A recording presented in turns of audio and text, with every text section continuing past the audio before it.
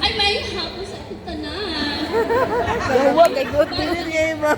May ang ano, ma'am, may ang impact. Mura ko si Elsa. Kaya na-frozen akong bosses. Pwede ba na mag-joke din, sir? Okay, no? Itaw,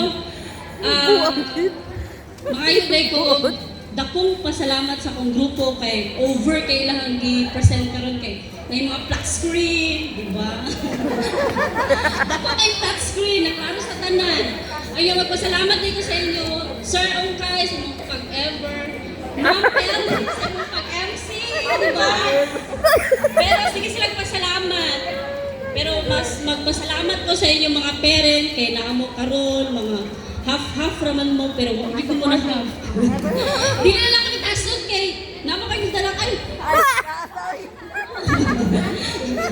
Di na lang kami tasod kay kabalo ko na magadto ko mo sa palengke, ang uban mangukay pa. Mabitaw kay katugo ng uban ba. So ang ako lang yung ihatag sa inyo tanan na salamat kaayo o unta sa next year ato mga new officer na mga mag-eksena.